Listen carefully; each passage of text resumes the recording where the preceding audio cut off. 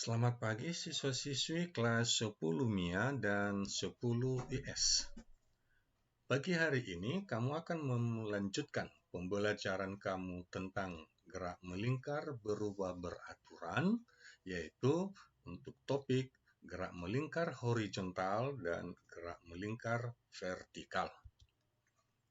Gerak melingkar horizontal seperti gambar yang di bawah itu adalah gerak sebuah benda yang diikat dengan tali lantas diputar secara mendatar sehingga benda dengan tali pengikatnya itu berada pada satu bidang.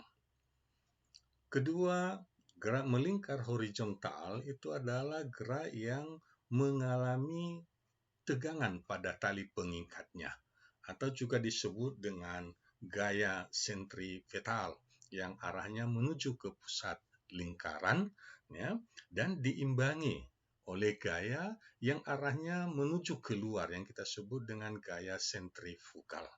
Kedua gaya ini berfungsi ya, untuk benda agar berada pada lintasan yang tetap. Apabila gaya sentrifugal atau FSF ini lebih besar, maka talinya akan putus dan bendanya tidak akan berada pada lintasan yang tetap lagi, tapi bendanya akan terlempar jauh.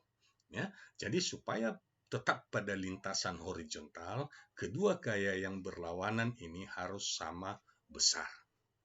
Selanjutnya, berapa kecepatan daripada benda yang bergerak melingkar? Hal ini dapat kita peroleh dari persamaan hukum Newton. Ya. Menyatakan bahwa tadi gaya adalah gaya sentripetalnya itu sama dengan gaya tegangan tali, itu sesuai dengan hukum Newton, yaitu sama dengan massa kali percepatan. Karena gayanya gaya sentripetal, maka percepatannya percepatan sentripetal. Selanjutnya, percepatan sentripetal ini bisa kita konversi dengan nilai V kuadrat per R. Ya, V kuadrat per R. Bahkan nilai kecepatan linier ini ya, V. Kecepatan linier ini jika kita hubungkan dengan kecepatan lintasannya, lingkaran, kecepatan sudut lintasannya itu sama dengan omega kali R. Jadi ini dibaca omega. Lanjut, kalau kita masukkan nilai omega kali R, maka menjadi omega kuadrat kali R kuadrat per R. Jadi, R-nya 1 hilang. Sehingga menjadi tegangan tali M kali omega kuadrat kali R. Jadi inilah persamaan tegangan tali. Dan dapat kita menentukan juga nilai kecepatan bendanya. Baik, data yang diberikan yaitu tegangan tali T, gaya sentripetal itu Fsp, massa benda itu M, kecepatan sentripetal Asp, kecepatan linier V, jari-jari lintasan R, dan kecepatan sudut omega, satuannya radian per detik. Inilah persamaan yang pertama, kita coba membahas contoh soalnya. Ya. Dengan gambar yang sama diberikan data bahwa massa bebannya itu 200 gram, kemudian panjang tali itu 50 cm dan berputar dengan kecepatan 60 rotasi, ya, rotasi per menit, RPM, rotasi per menit. Ditanyakan percepatan sentripetal dan tegangan tali. Sebelum mengerjakan ya, nilai-nilai yang ada, kita harus setarakan satuannya. Contohnya, massa 200 gram menjadi 0,2 dalam kilogram. Panjang tali 50 cm menjadi 0,5 meter. Dan kecepatan sudut tadi. Ya, 60 rotasi per menit atau putaran per menit. Di mana satu rotasi, satu putaran penuh itu adalah 360 derajat atau kita sebut dia 2V radian. Ya, jadi kita konversi nilai putaran atau rotasinya. Kemudian menitnya kita konversi menjadi 60 detik. Sehingga nilai daripada kecepatan sudut adalah 2V radian per detik. Selanjutnya yang ditanya percepatan sentripetal dan tegangan tali. Untuk melengkapi pertanyaan ini, kita mempergunakan persamaannya, yaitu persamaan percepatan sentripetal sama dengan mv kuadrat per R, atau M kali omega kuadrat kali R. Kita masukkan nilainya, M 0,2, omega 2V. Omega kuadrat 2V kuadrat, R jari-jari 0,5. Maka jika kita hitung ini tanpa mengkonversi nilai daripada V-nya, hasilnya adalah 0,4 V kuadrat, radian per detik kuadrat. Selanjutnya tegangan tali. Ya, dari persamaan tadi kita sudah tahu tegangan tali atau gaya sentripetalnya itu sama dengan massa kali percepatan sentripetal. Massa 0,2 kg dan percepatan tadi 0,4 V kuadrat. Jadi kalau kita kalikan ini 0,08 V kuadrat seharusnya dalam satuan Newton. Tetapi mengapa hanya 0,8 Newton? Nah, V kuadrat ini adalah 3,14 kuadrat. Jadi 3,14 kuadrat itu nilainya sekitar 9,98 ya, atau dibulatkan dengan 10. Jadi kalau 0,08 kali 10 maka dia menjadi 0,8 Newton. Selanjutnya gerak melingkar horizontal yang lain yaitu ayunan konis. Kalau tadi tali pengikatnya berada sebidang dengan jari-jari lintasan, maka ayunan konis ini ya, tali pengikatnya berada membentuk sudut theta terhadap lintasannya. Sehingga kalau kita putar, itu seperti sebuah kerucut. Nah, itulah disebut dengan ayunan konis. Kemudian, mengapa bisa mengayun dengan horizontal lintasannya? Itu karena ada gaya-gaya yang bekerja pada benda tersebut. Nah, gaya apa? Yang pertama, gaya tegangan tali ini yang merah. Gaya tegangan tali ini jika kita uraikan ke arah horizontal, yaitu gaya yang menuju pusat lingkaran. Namanya T sin theta, atau kita sebut juga tadi gaya yang menuju ke pusat lingkaran itu namanya gaya sentripetal. Kemudian ada gaya yang vertikal, yaitu komponen tegangan tali secara vertikal T cos theta diimbangi oleh gerak benda yang arahnya menuju pusat bumi. Baik, persamaan daripada sumbu Y kita sudah sebut tadi, kemudian sumbu X itu ya, menuju pusat lingkaran gaya sentripetal yaitu T sin theta. Apabila kita substitusi persamaan pertama ya, dengan persamaan kedua ini, maka kita akan memperoleh berapa nilai kecepatan benda, yaitu akar daripada GR tangen theta. Jadi theta itu adalah sudut yang dibentuk oleh ayunan konis tersebut. Ya, jadi V sama dengan akar G kali R tangen theta.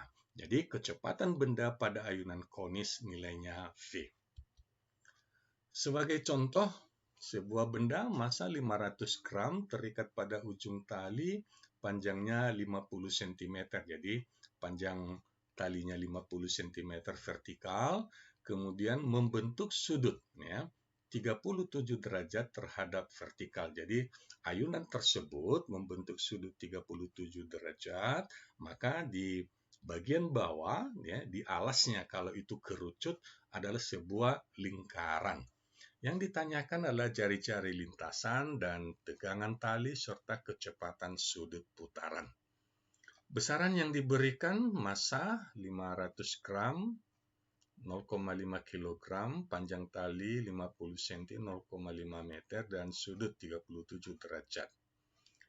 Selanjutnya untuk menjawab daripada pertanyaan ini, dari bentuk gambaran tadi yang sudah diberikan bahwa sin theta sama dengan R, yaitu jari-jari lintasan daripada ayunan dengan panjang daripada talinya L.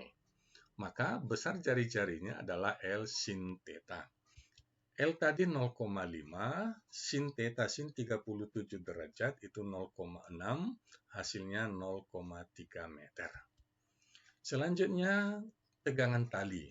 Ya, tegangan tali kita ambil yang arah vertikal, T cos theta sama dengan mg, sama dengan berat benda, maka T-nya sama dengan mg per cos theta, M-nya 0,5, G 10, cos 37 yaitu 0,8 dan perkalian ini adalah 5. Hasilnya tegangan tali itu adalah 6,25 Newton. Yang ketiga, ya, kecepatan sudut. Jadi sebelum mendapatkan kecepatan sudutnya, kita tentukan dulu nilai kecepatan linear akar GR tangen theta. G10 jari-jari sudah diperoleh 0,3 dan tangen 37. Hasilnya 10 kali 0,3 adalah 3, tangen 37 itu 3/4, maka menjadi akar 9/4 atau 3/2. Jadi kecepatan linear 1,5 meter per detik. Jika demikian, kecepatan sudutnya V sama dengan omega kali R. Berarti omega V per R. 1,5 per 0,3. Jadi kecepatan sudutnya 5 radian per detik. Baik, topik yang kedua yaitu gerak melingkar vertikal. Gerak melingkar vertikal seperti pada gambar yang diberikan di samping ini adalah gerak sebuah benda ya, pada lintasan yang sama, jarak yang sama atau disebut dengan jari-jari yang sama, tetapi arah vertikal. Nah, apa yang kita dapati di sini ya, bisa kita lihat nanti berapa nilai tegangan dan berapa nilai kecepatan di setiap titik. Yang pertama kita mau lihat bahwa benda tersebut dimanapun titik lintasannya memiliki arah berat menuju pusat bumi ke bawah. Ya, itu yang pertama. Yang kedua, dalam putaran benda tersebut, ya, arah tegangan tali atau gaya sentripetalnya selalu menuju pusat lingkaran. TA, TB, TC, TD, dan TE. Ya, udah ada 2 komponen gaya di sini. Artinya kita sudah bisa mendapat gambaran mana yang membuat talinya menjadi lebih besar tegangannya dan mana yang tegangannya menjadi lebih kecil dari vektor yang ada seperti ini. Nah, dari vektor yang ada ya. Selanjutnya kecepatan. Ya. Jika tadinya dalam gerak melingkar horizontal, kecepatan benda di setiap titik itu adalah sama. Nah, maka pada gerak melingkar vertikal, tentu kecepatan benda tidaklah sama. Supaya benda bisa berputar di titik C, supaya terjadi putaran penuh, tidak jatuh ke bawah, maka dibutuhkan kecepatan di titik A yang lebih besar. Ya. Baik, kita lanjutkan. Ya, ini lintasan bendanya secara vertikal.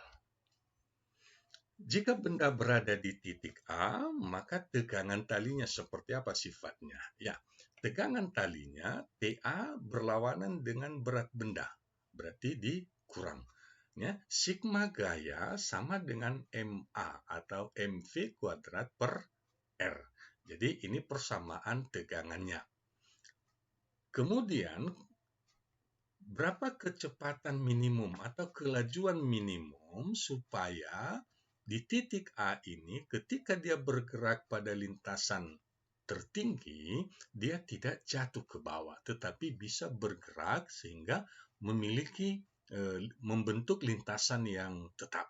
Maka kelajuan minimum itu sebesar akar 5G kali R.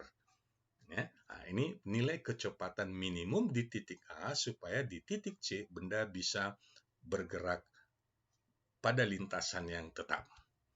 Kemudian di titik C, ya, tegangan tali. Di sini tegangan tali TC itu searah dengan W, maka ditambahkan.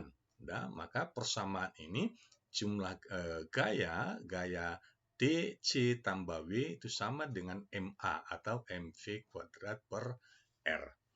Dan kecepatannya minimum supaya tidak jatuh adalah akar G kali R. Jadi ini dua titik yang ekstrim, ya, titik paling bawah dan paling atas membutuhkan nilai kecepatan yang berbeda. Nah, sedangkan di titik yang kanan yaitu B dan E tentu karena posisi sama, tentu nilai kecepatannya sama tetapi arah yang berbeda.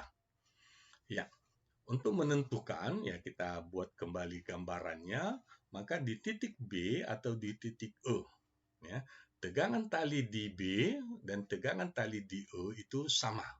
Ya, sama menuju titik yang sama, itu sama dengan MV kuadrat per R. Jadi gaya sama dengan massa kali percepatan. Kemudian kelajuan. Ya, kelajuan di titik B untuk naik dan kelajuan di titik E untuk turun itu sama nilainya, yaitu akar 2 kali GR.